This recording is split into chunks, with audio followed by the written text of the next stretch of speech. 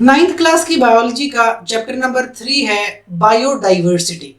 ठीक है, इस चैप्टर में हमने क्या पढ़ना है? सबसे पहले तो हमने बायोडाइवर्सिटी की कुछ डेफिनेशन और उसका बेसिक कंसेप्ट समझना है। उसके बाद क्लासिफिकेशन क्या होती है ये पढ़नी है। फिर कुछ किंगडम सिस्टम्स हैं उनको पढ़ना है। फिर उसके बाद बाइनोमियल नोमेनक्लेचर क्या है और कंजर्वेशन ऑफ बायोडाइवर्सिटी। छोटा सा चैप्टर है, इसको हम बहुत प्यारे बहुत अच्छे तरीके से पढ़ लेंगे। तो कहते हैं कि in the previous chapter we have learn that biology is the study of living things. अब तक आपने दो चैप्टर पढ़े हैं और दो चैप्टर्स में आपको बायोलॉजी के बारे में क्या बातें समझ में आई हैं।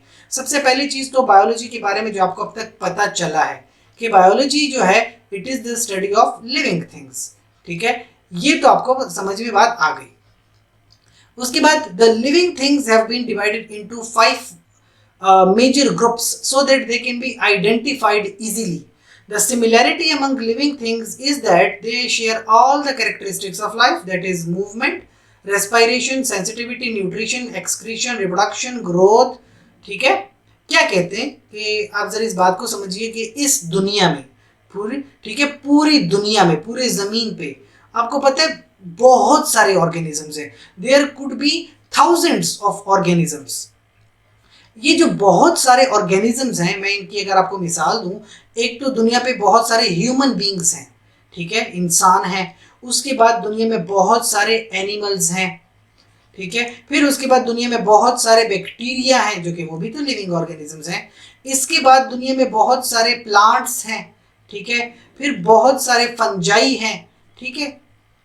ये तमाम के तमाम क्या हैं? लिविंग ऑर्गेनिजम्स, सारे जानदार हैं। और बायोलॉजी स्टडी होती है लिविंग थिंग्स की, यानी लिविंग ऑर्गेनिजम्स की। क्या इन तमाम लिविंग ऑर्गेनिजम्स को पढ़ना आसान है? ऑब्वियसली इसमें बहुत सारी कंफ्यूजन आ जाती हैं, ठीक है, बहुत सारी कंफ्यूजन है। लेकिन देखा जाए तो इन लिविंग थिंग्स में कॉमन चीजें क्या हैं? इन सब में मूवमेंट होती है, ये सारे मूव करते हैं, एक जगह से दूसरी जगह चलते फिरते हैं। अच्छा, सब सांस लेते हैं, रेस्पायरेशन भी सब करते हैं। इसके अलावा सबके अंदर न्यूट्रिशन, खुराक सब लेते हैं। कोई भी माइक्रो ऑर्गेनिज्म न्यूट्रिशन जरूर लेता है, कोई भी ह्यूमन बीइंग न्यूट्रिशन लेता है, प्लांट्स न्यूट्रिशन लेते हैं। ग्रोथ होती है, बढ़ते हैं, ठीक है। छोटा पौधा होता है, बड़ा हो जाता है। छोटे बच्चे होते हैं, बड़े हो जाते हैं। छोटे जो है जानवरों के बच्चे होते हैं, बड़े हो जाते हैं। तो ये जो लिविंग ऑर्गेनिजम्स है इनमें कुछ कॉमन कॉमन चीजें होती हैं, बहुत सारी कॉमन चीजें होती हैं। इस वजह से अगर हम इन तमाम लिविंग ऑर्गेनिजम्स को डिवाइड कर दें, इनके ग्रुप्स बना दें, ठीक है, इनके क्या बना दें? ग्रुप्स। तो अगर इन लिविंग ऑर्गेनिजम्स के ग्रुप्स बन गए तो फिर ग्रुप्स को पढ़ना आसान होगा। एक एक लिविंग ऑर्गेनिज्म को पढ़ना बड़ा मुश्किल है, लेकिन अगर ग्रुप बन गए तो पढ़ना आसान है। जैसे मैं आपको बताऊं, आपके पास बहुत सारे चैप्टर्स हैं, फर्ज कीजिए आपके पास बहुत सारी नॉलेज है, लेकिन आपकी बुक ने क्या कर दिया? उनको डिवाइड कर दिया ग्रुप्स में, चैप्टर 1, चैप्टर 2, चैप्टर 3, 4, 5, 6, 7, 8, 9।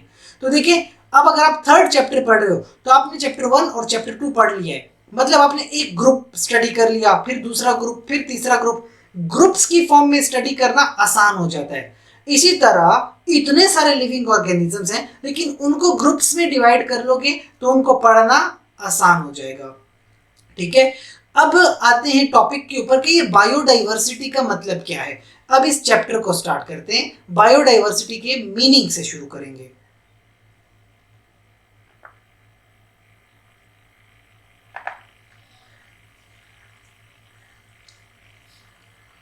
सो जो ये वर्ड है biodiversity, it is the variety of living organisms. Variety यानी चेंज, जितने ज्यादा लिविंग ऑर्गेनिजम्स हैं, मुख्तलिफ तरह के हैं, कि ह्यूमंस हैं, एनिमल्स हैं। एनिमल्स में फिर शेर अलग है, चीता अलग है, लिपर्ड अलग है, बिल्ली अलग है, कुत्ता अलग है, रैबिट है, इस तरह जेब्रा है, हॉर्स है, डंकी है।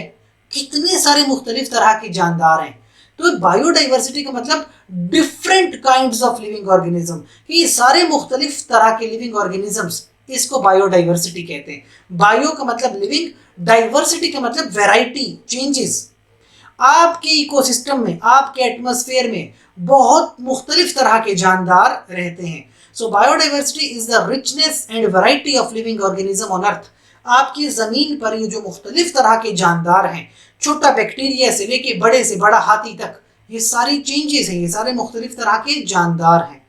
अच्छा, सवाल ये उठता है कि हमारे इकोसिस्टम में, हमारा जो नेचुरल इकोसिस्टम है, जो नेचुरल एक माहौल बना हुआ है दुनिया का, उसमें क्या इंपॉर्टेंस है, इन बायोडाइवर्सिटी की क्या अहमियत है, क्यों इस तरह से मुख्तलिफ तरह के जानदार होने चाहिए, इनको पढ़ना क्यों ज़रूरी है, इसकी मुख्तलिफ अहमियत है।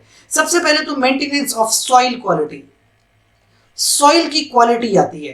देखिए सॉइल क्यों ज़रूरी है, रेत, सॉइल क्यों ज़रूरी है, ठीक है, मट्टी। देखिए सॉइल में आप क्या करते हो, सॉइल में आप जो है फर्टिलाइजेशन करते हो, यानी आप एग्रीकल्चर करते हो।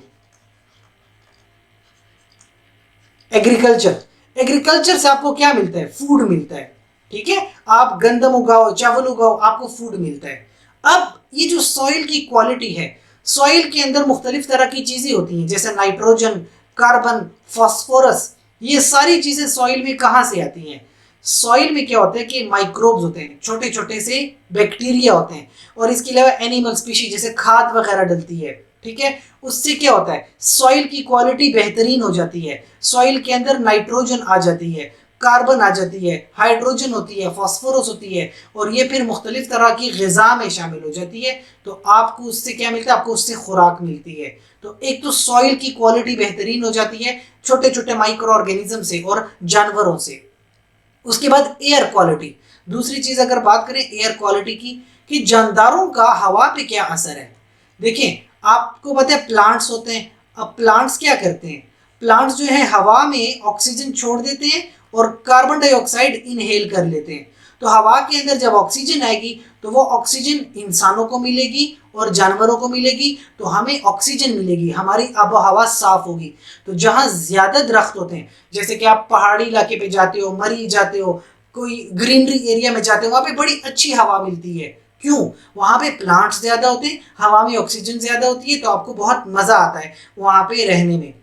फिर है वाटर क्वालिटी, तीसरी चीज, आपके पानी की क्वालिटी बेहतरीन हो जाती है। वाटर क्वालिटी क्या मतलब इस बात का, जो वेट लैंड्स होते हैं जहाँ पे पानी होता है, ठीक है, absorb and recycle essential nutrients, वो जो है वो जो ज़रूरी न्यूट्रिएंट्स हैं, खुराक वाली चीज़ें, उनको एब्जॉर्ब करते हैं और फिर से एटमॉस्फेयर में ले आते हैं। इसके अलावा मुख्तलिफ चीज़ों को, लैंड्स को क्लीन कर देते हैं, पानी साफ होने में यूज़ होता है। सीवेज होता है, यानी गंदगी को हटा देते हैं, गंदगी को साथ में धो देते हैं। तो वाटर क्वालिटी। फिर है पेस्ट कंट्रोल, अब ये बड़ा ज़रूरी चीज़ है, पेस्ट कंट्रोल। जैसे कि मैंने कहा कि आपके पास सॉइल अच्छी होगी तो आप एग्रीकल्चर करोगे, प्लांट्स उगाओगे, उससे खुराक मिलेगी। लेकिन ये जो आपके पास प्लांट्स होते हैं जैसे गंदम वगैरह है, ठीक है, इसके ऊपर कभी कभी क्या आ जाती है, पेस्ट आ जाती है, छोटे छोटे कीड़े आ जाते हैं, ठीक है, फ्रूट्स वगैरह पे छोटे छोटे कीड़े आ जाते हैं और पूरी फसल तबाह कर देते हैं। फायदा ये होता है कि आपके पास बायोडाइवर्सिटी में कुछ बर्ड्स होती हैं, बर्ड्स, वो बर्ड्स क्या करती हैं, प्रीडेटर बर्ड्स होती हैं, वो आती है और ये जो छोटे छोटे कीड़े हैं इनको खा के चली जाती हैं। तो जब उन कीड़ों को वो खा लेंगी तो आपकी जो फसलें हैं, आपकी फसलें महफूज हो जाएंगी। छोटे छोटे इंसेक्ट्स हैं, बर्ड्स हैं, फंजाई है, ये आके आपके पेस्ट को, जो आपकी फसलों को तबाह करने वाला कीड़ा है, उस कीड़े को खा जाएंगी और चली जाएंगी, तो आपकी फसलें तबाह होने से बच जाएंगी। तो इतना फायदा होता है बायोडाइवर्सिटी का। इसके बाद होता है पॉलिनेशन एंड क्रॉप प्रोडक्शन।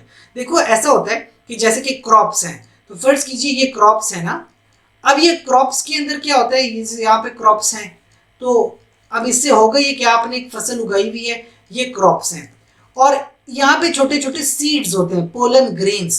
क्या होते हैं, पोलन ग्रेन्स। और यहाँ पे सॉइल है। तो क्या होता है कि जब परिंदे आते हैं, इंसेक्ट्स आते हैं, यहाँ पे बैठते हैं, अब ये जब यहाँ से उड़ेंगे आगे तो इनके परों के साथ छोटे छोटे पोलन ग्रेन्स अटैच हो जाते हैं, और जैसे जैसे ये उड़ते जाते हैं वैसे वैसे इनके परों से पोलन ग्रेन्स गिरते जाते हैं। तो जहाँ जहाँ पोलन ग्रेन्स गिरते हैं वहाँ वहाँ नए नए प्लांट्स उग जाते हैं और आपकी खुराक में इजाफा होता है, आपको क्रॉप्स मिलती हैं। तो इस तरह से इसको कहते हैं पॉलिनेशन, इसको क्या कहते हैं, पॉलिनेशन कहते हैं, ठीक है। तो इस तरह बर्ड्स हैं, इंसेक्ट्स हैं, वो जब एक प्लांट पे बैठते हैं वहां से पोलन ग्रेन्स को मजीद डिस्पर्स कर देते हैं। Natural pollination, we call it natural pollination, इससे सीड्स की डिस्पर्सल होती है। उसके बाद इसका फायदा होता है provision of food and medicine. ज्यादातर जो आप, एक तो फूड है, आप खुराक खाते हो, फसलें से गंदम आती है, चावल आती है, ज्वार आती है, ठीक है। तो एक तो क्रॉप्स है। मेडिसिन, बहुत सारी अद्वयात इन्हीं जड़ी बूटियों से बनती हैं, पौधों से बनती हैं। तो देखा बायोडाइवर्सिटी, देखो मुख्तलिफ तरह के पौधे हैं, पौधे लिविंग ऑर्गेनिज्म है, तो जितने मुख्तलिफ तरह के पौधे हैं वो सारा बायोडाइवर्सिटी है, ठीक है ना।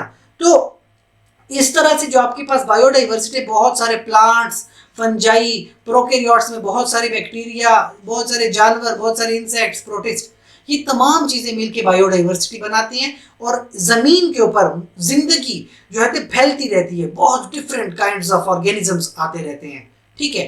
तो ये बेसिक कंसेप्ट है बायोडाइवर्सिटी का। नेक्स्ट लेक्चर में देखते हैं क्लासिफिकेशन के बारे में, कि हम इन तमाम ऑर्गेनिज्म को ग्रुप्स में कैसे डिवाइड करते हैं।